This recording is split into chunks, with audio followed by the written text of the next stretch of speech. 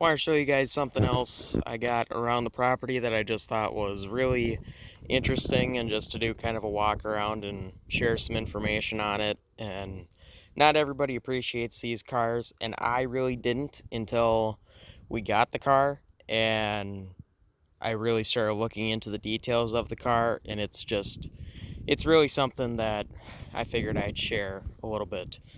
So this is a 1967 Monaco 500. As you can tell by the Monaco 500 badges there.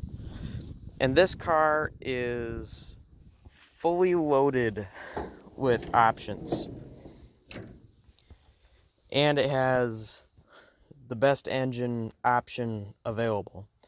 This is a 1967 high performance 440 TNT engine, I think is what they called it.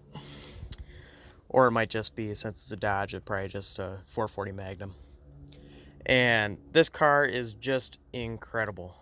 It air conditioning, power steering, power disc brakes.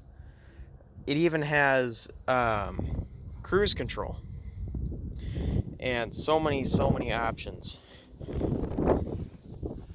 And if you look inside of the car,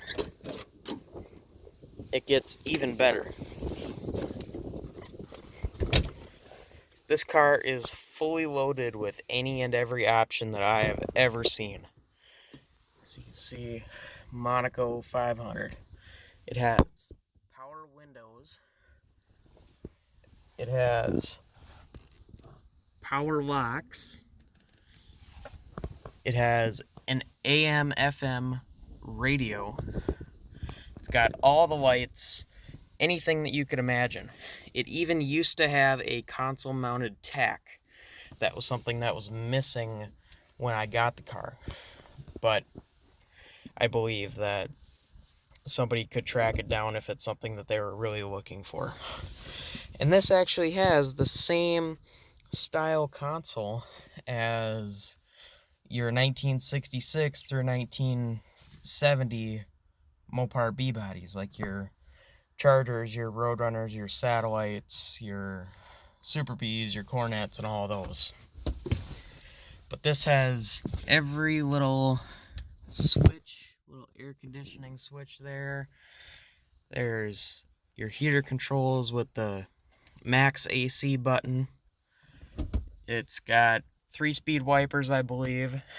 And this has got to be one of the coolest options that I have seen. It's hard to get from this angle, but this is a tilt steering wheel. And if you notice, it says on top, lock and unlock. So if you unlock it, it is a telescoping steering wheel. So this car has every luxury option that I've ever seen and more.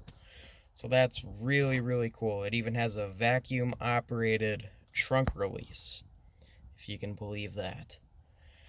And this is how you honk the horn. It might actually honk if it has any battery juice in it. You can actually honk it by pressing in these wood grain buttons of sort, and you can actually hear it honk. It is just absolutely incredible with the day-night mirror option. Take a look at the back seat. It's actually still pretty nice overall. You can see it calls out Monaco 500 there again, as well as it even has lights on the C-pillars, kind of on the quarters, behind the quarter glass there, and it is just insane.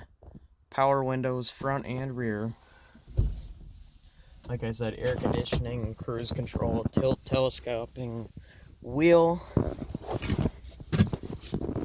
as well as, not on this side, but on the other side, it has power electric bucket seats, electric seat tracks to move forward and backward. And this car, it's got a fair amount of rust because underneath all that lower trim is pretty rusty. So there was a big debate on if this is a parts car or not. As you can see, it's all rusted out at the bottom there. It's full of parts from another car. But you can see it's all rusted out there. The outer wheelhouse is going bad, the trunk extensions are bad, the lower quarters are bad. Same thing on this side, not quite as bad. But it also has one bad frame section about the size of a quarter. So that's not really a killer, but it is a problem that would need to be addressed. Here's another angle of some of the gauges and such. And this has, let's see, it has 39,600 miles. And I believe that's correct. I'm going to have to throw a battery in it. But this engine actually turns over, and we did get it to fire. And that is a real 67 HP 440, and it's a Dodge engine, which would be perfect for a guy if he was doing a 1967 Corvette RT or Corvette RT clone. It is the perfect engine, or if you don't care what brand it is, great for a Belvedere GTX clone. And this is just the most complete car I think we even have. The only things missing from this car is the air cleaner and the console mounted tack that I showed you is supposed to be on the console. The person that owned this before, he had a 67 Corvette RT that he bought this car for the air cleaner and the tack because it's perfect for his car. And the rest he didn't really care much about, so he sold us the rest of the car.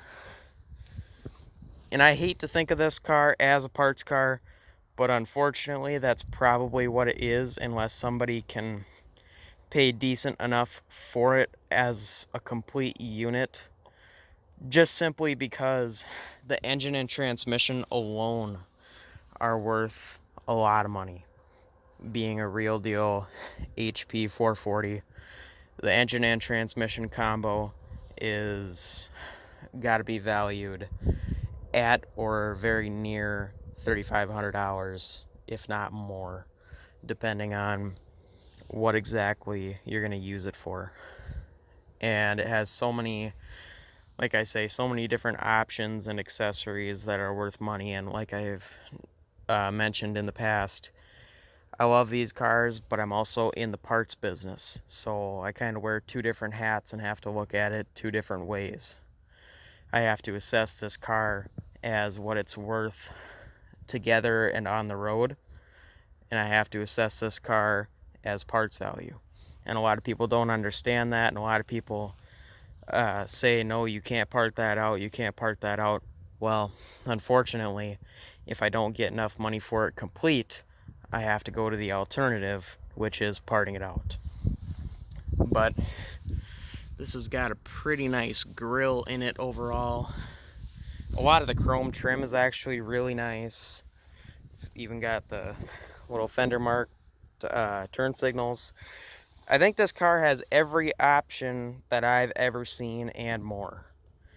I mean, this thing has power disc brakes in 1967, which is super early for disc brakes, at least on the Mopars. One of the first earliest ones that I've ever seen. It might be the first year of them, but I can't confirm that. Unfortunately, the sheet metal on the car is not good for much. The unfortunate fate of this car is likely to get gutted. I will pull every nut and bolt and every part off of it aside from the sheet metal, and from there the body will probably end up going to a demo derby guy, unless somebody else that loves these C bodies comes along and saves it. And there will be a little bit of a time limit on this because I can't just let it sit and hold on to it forever. A little more history on it is ran fine, drove fine, everything worked as it should, and then the brake lines rusted out on it, and that's why it was parked. Transmission shifts okay, shifts into and out of park when we were rolling it around perfectly fine, and all the fluids seem to still be in check. I believe it's been parked for 3 years or so, and the engine does turn over and fire. And if it does get parted out, the engine and transmission could be for sale, or else we could hang on to it for one of the many projects that we have going on around here. So all those are things to consider. And if you are at all interested in purchasing this car, or are interested in buying parts off of this car, I will link my email that you can email me at in the description of the video. It is ryanbarsness@gmail.com, and you can email me there for any reasons. I mean, you can just send me a message about anything you see in the video that you might be curious about or have questions about. But that's pretty much it for now. I'm going to leave it at that. You can email me, but as always, it really helps, and it only takes a few seconds if you want to hit the like, subscribe, and all of that stuff. So that's it for now. I'll see you guys in the next one.